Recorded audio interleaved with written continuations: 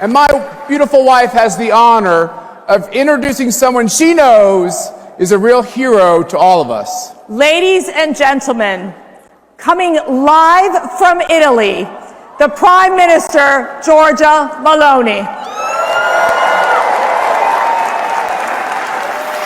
There she is. Thank you, Matt. Thank you, Mercy. And good morning, Cpac. How are you? Thank you very much for this opportunity to greet you, your guests, and above all, the incredible people of Cpac. You know how much I value this gathering, and I couldn't miss this edition, even if only from afar.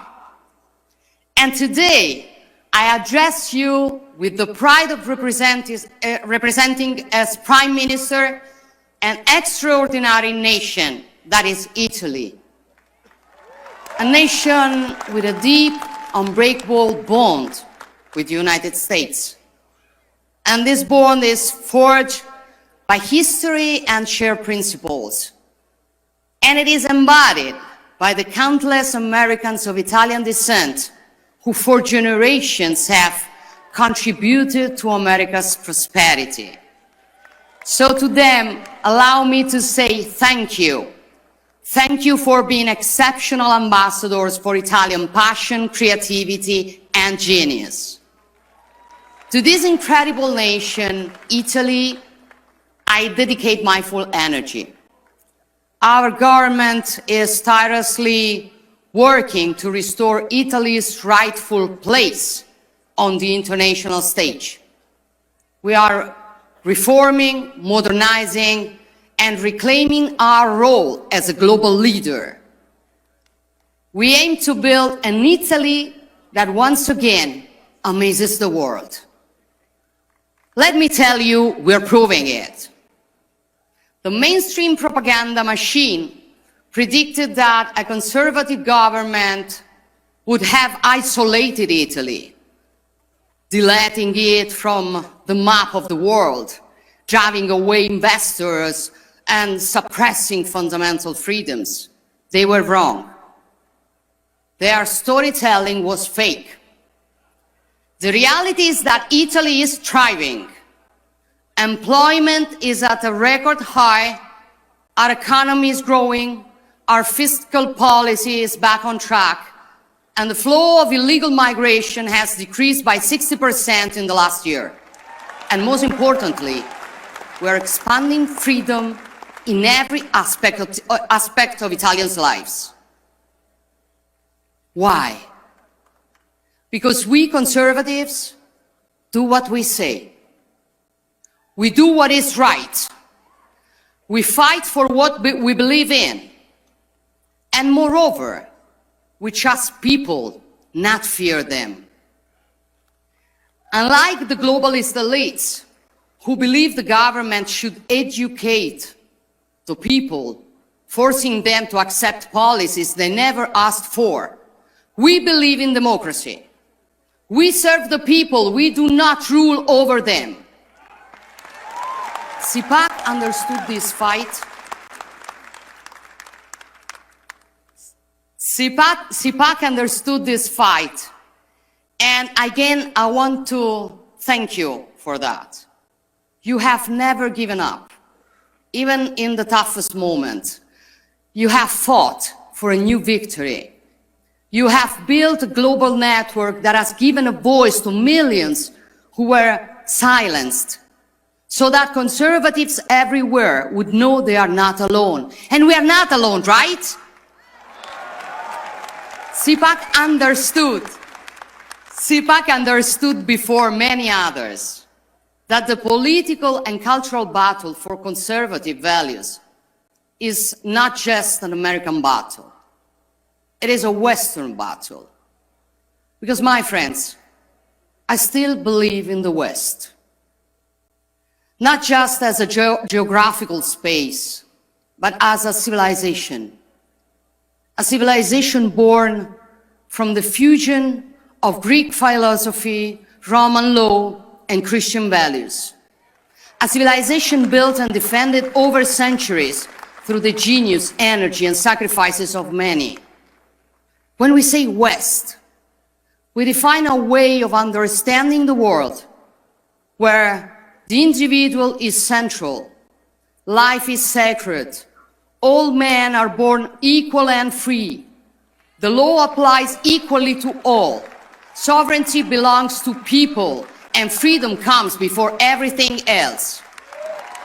This is our heritage, and we will never apologize for it.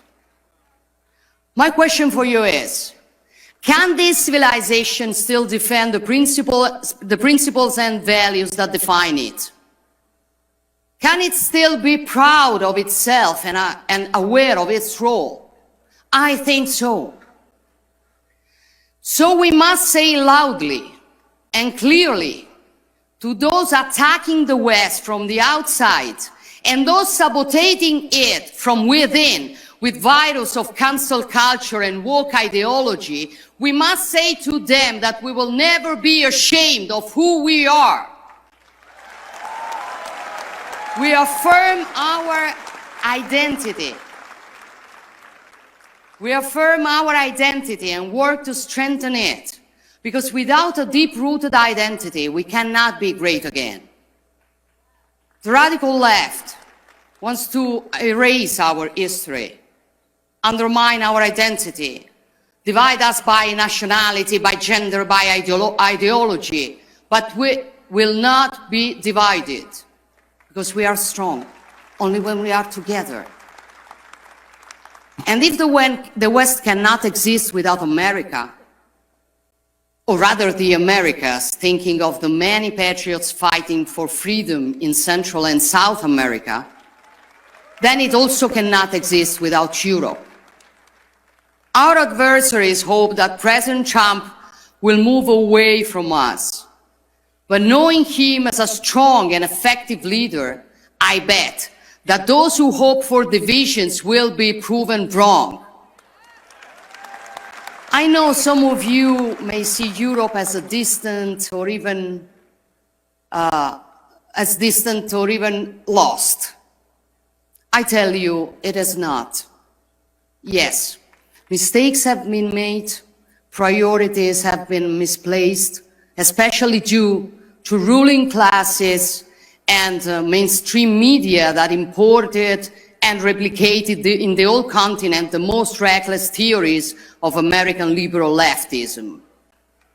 These are the same elites who were recently outraged by J.D. Vance's speech in Munich, in which the Vice President rightly stated that before discussing security, we must know what we are defending.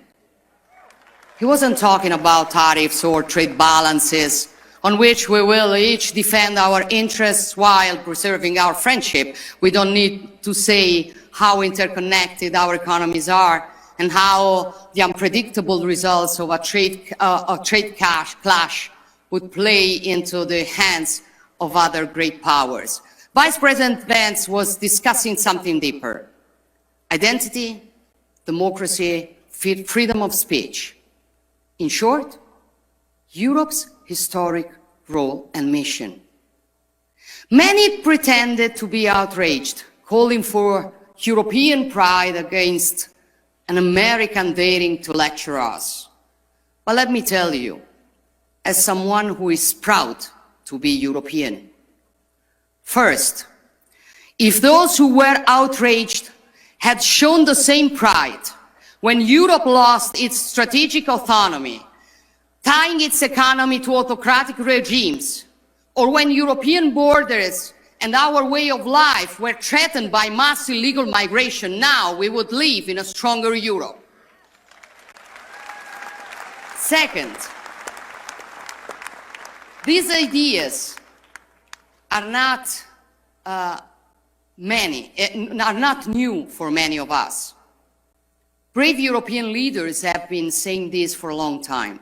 I've said them many times before, even from the Cpac stage, urging Europe to rediscover its true and deepest soul, which has been sacrificed on the altar of wokeness, bureaucracy, and mercantilism.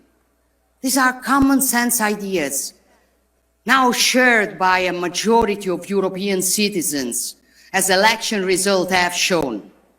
So Europe is far from lost, and it will never be lost as long as conservatives remain in the fight. There is a growing awareness. There is a growing awareness in Europe that security is now the top priority. You cannot defend your freedom if you lack the means or the courage to do so. Throughout history, Europeans and Americans have shown they are hearers to Pericles' words. Happiness depends on freedom, and freedom depends on courage. We proved this when we stopped invasions, won our independences, and overthrew dictators. And we have done it together the last 3 years in Ukraine, where a proud people fight for their freedom against the brutal aggression. And we must continue today, working together for a just and lasting peace, a peace that can only be built with the contribution of all, but above all, with strong leaderships. And I know that with Donald Trump leading the United States, we will never again see the disaster we saw in Afghanistan 4 years ago. So, border security, energy security, economic security, food security, defense and national security. For a simple reason, if you are not secure, you are not free. And when freedom is at risk, the only thing that you can do is to put it in the wiser hands. That is why conservatives keep on growing and are becoming more and more influential in European politics. And that is why the left is nervous. And with Trump's victory, their irritation has turned into hysteria. Not only because conservatives are winning, but because conservatives are now collaborating globally. When Bill Clinton and Tony Blair created the global leftist liberal network in the 90s, they were called statesmen. Today, when Trump, Meloni, Milei, or maybe Modi talk, they are called a threat to democracy. This is the left's double standard. But we're used to it. We are used to it. And the good news is people no longer believe in their lies. Despite all the mud they throw at us, citizens keep voting for us. Because simply, people are not naive as the left considers them. They vote for us because we defend freedom. We love our nations. We want secure borders. We preserve businesses and citizens from the green leftist insanity. We defend family and life. We fight against wokeism. We protect our sacred right to our faith and our free speech. And we stand for common sense. So ultimately, our struggle is hard, but the choice is simple. Will we surrender to decline? Or will we fight to reverse it? Will we let our civilization fade? Or will we stand up and defend it? Will we leave our children a weaker world or a stronger one? Will we want the new generations to be ashamed of their roots? Or will we recover awareness and pride of who we are and teach it to them? I made my choice long ago, and I fight every day to honor it. And I know that I'm not alone in this battle, that you are all standing with me, that we are all standing together.